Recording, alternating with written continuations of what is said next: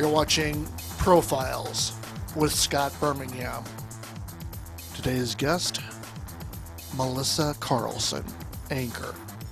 Hi, and welcome to a brand new webcast of Profiles. I'm your host, Scott Birmingham. One of the ideas I had about this whole program was getting those people that you see either in the public, on TV, or even those in radio. And you kind of want to see the other side of them. Well, there is a show we have on our webcast. It's on from 11 to 11:30, and our anchor for the noon, Melissa Carlson, hosts it. We're going to talk a little bit with her and about the show. So I want to introduce you to Melissa. Hi, and I should tell everybody I call Scott Scotty, so I apologize ahead of time. That is my name for you, and I just can't break myself of it. So, Scotty, thank you very much for having me on. Well, thanks for coming on. I know you guys are busy as it is with all kinds of little stories that you're doing. I shouldn't say little stories. Stories that are time-consuming. Get you now. Yes, no. And so sometimes in Prospect they look little, they're small little blurbs, but there's a larger story behind them, and that's kind of what we delve into in the webcast. Well, let's talk about this webcast. Let's talk a little bit about the whole genesis. How did this idea come to you? Was it a burning bush? How was it? Like a phoenix coming down through the night.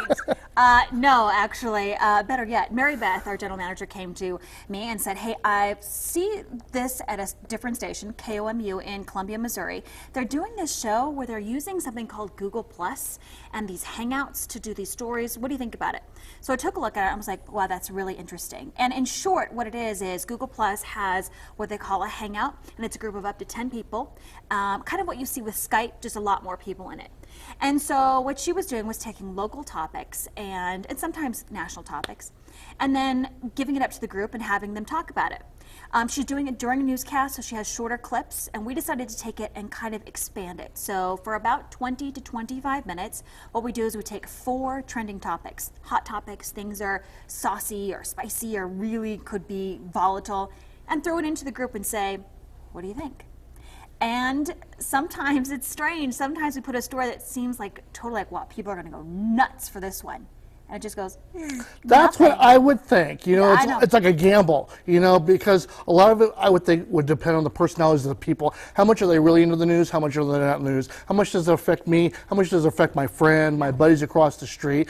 So that's another question I have. Here you have, you guys devote a half an hour to it on the web. Yeah, about 25 minutes or so. And now we have about 2.5 minutes on our noon broadcast. Mm-hmm. What's the different feel between the two? Sure. So the webcast, it's important to note, we don't pick the people who come in. This is very organic. Whoever comes in, comes in. So I'm not looking to put like a certain pro-gun, anti-gunning, although it's nice when it happens. Right. But it's really just who's out there. Come on in. So we take those topics, and then basically the 2 biggest talkers, we take those and put them into the noon, and then have the people who had maybe the best comments or the more spicy comments, get those people and bring them into the noon, and then we do our 3-minute segment in the second block of the noon with those 2 stories. So we kind of vet our stories in the webcast for the noon, but we take the most volatile ones or the ones that got the best response and throw them in.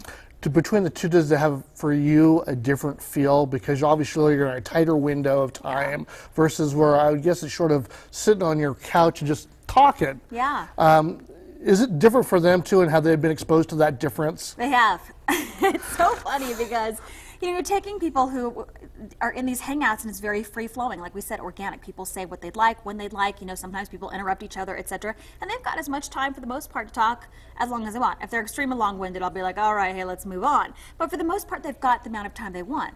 Then comes the noon, where it's real broadcast time, i.e. 15 seconds, make it short, make it right, get out kind of thing. So we have had a few people who have come on and have kind of felt that power of live TV, where they're like, you know, I ask them the question, they kind of go, like totally forgot everything they had said. Maybe they were really crazy about the story earlier, but they just went silent. So we've had a little bit of our hiccups where I call on the wrong person and they weren't prepared for that answer, and they're like, you know, right. it turned into something interesting. But for the most part, they are starting to get used to it and are quick and easy. And a lot of people just want to say what they want to say and get the heck out when they're live TV. So, do you feel the flow for you is a lot different when you're doing the longer version of it? Do you find yourself, here's more of how Melissa is talking about it? I mean, because you've got to kind of like probe them or at least get them to start talking to see how far they're going to take it. But then when you have that tight window, I mean, if they're not on, you have to move, baby. Yeah, that's right. That's why they don't pay me the big bucks. But yes, because you've got to get them to move on and to get them to say that quick bit and keep moving. So it is very different. The webcast, we get a lot more chance to kind of banter back and forth, and I get a chance to kind of feel out where they're going. The noon, it's a little bit more quick. But it's not to say it's not organic also. What is, whatever everybody says is what they say. I can't tell them what to say, nor do I coach them on it. Just ask them whatever they say, make it 15, make it 20. Do you ever veer away from a topic that you think, I don't know if I want to go there with this, or, here's a topic like you just said that this should be the burden. Everybody should want to talk about this, but no one wants to go near it. Yeah. How do you deal with those? I mean, how do you make your selection? I kind of poke them and say, what are you guys doing? This is crazy. No one's going to say anything about it. And it's really fun because people just, they're on air, for the webcast. It's on air. It's being broadcast on YouTube on our webpage. So it's on air, not broadcast, like we have here. But so people kind of get that and then finally like, okay, so here's what I think. So we get a chance to kind of call them out and say, you guys, you cannot tell me you don't have anything to say about that. Are you serious? And I do that with them. And sometimes I get the reaction that I want, and other times people are like, sorry, I don't want to touch it. Now, that's it. You talk about the organic, and people kind of, you're not putting casting a call out to people. Right. How difficult has it been for you to kind of step by step take people through Google Plus just to get them on? Does there seem like there's a long line of people who want to do it but just can't understand the technicalness, or they've been on the computer so long it's second nature? How does that all work out? Is it kind of frustrating for you, or is it an easy thing to get them on and everyone's smooth as cream with this? Honestly, when we first started, it was the numbers were not as large as they are now. Google Plus is seriously starting to pick up. It has been for a while, and I've got millions of people who are on Google Plus. That being said, not everybody is ready to be on air, I think is what we're running into. Not everybody is ready to have their face shown. People are quick to comment, like Facebook and Twitter. They are quick to put something out there. Right. Wrong, you got it totally wrong, or that's great, etc.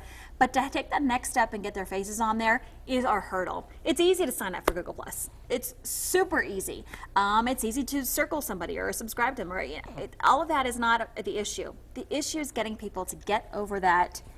I want to put my face out there and actually verbally say something. I mean, even though you Facebook and Twitter, you've got a picture. It's not like we don't know who you are unless you put something else, an avatar or whatever. But a lot of times we have people's pictures, but to get them to actually say something on camera, that's where we're having the hurdle. But I feel like as we go on, a lot more people are starting to get used to that kind of citizen journalism a bit. They've got a really hot opinion. They want to. It's just a matter of getting out of their own way and saying, I'm ready to say it. I'm ready to say it. And that's a hurdle. Is it too soon to talk about what we heard about what's going to happen now with the webcast and the small spot you guys are doing on the new news, to expanding it for people to watch it on TV? Is it too soon to talk about that? Yeah, I mean, we're still kind of filling our way through. I think we have a great product in the webcast. We're also really excited because we're doing exciting things with Google. Google's recognized what we're doing and has kind of started to work with us on some of the aspects of what we're doing. So that's exciting. We feel like we've got a lot of support there. We're just looking to get a few more local people in. And who knows, TV things change all the time. Scheduling, what we have, what we don't have. So we're looking to start a show, but when exactly it's going to happen, not quite sure yet. Still a few little things to iron out, but it's definitely exciting, the possibility that this webcast has for the future. Because we do firmly believe that social media really is the way that things are going to start to go. TV is not dead. There's no question about that. TV is not dead, in my opinion, or the opinion, I think, of a lot of people here at the station. But it is moving in a different direction than what it was before, and that is, for us, we think, social media based. Well, let me ask you one last question before we end this. Technology and using the internet, is it becoming your friend or your foe? And obviously you've got a great platform in which to kind of experiment with it. Yeah. Are you finding it is more your friend or your foe, or it's very inconsistent and it's a nightmare? How would you see it based on the time that you've been able to really deal with it? At the beginning, it was extremely daunting, right? Facebook, Twitter, Google+, just three, but three huge entities, and things are happening so fast, especially when it comes to breaking news.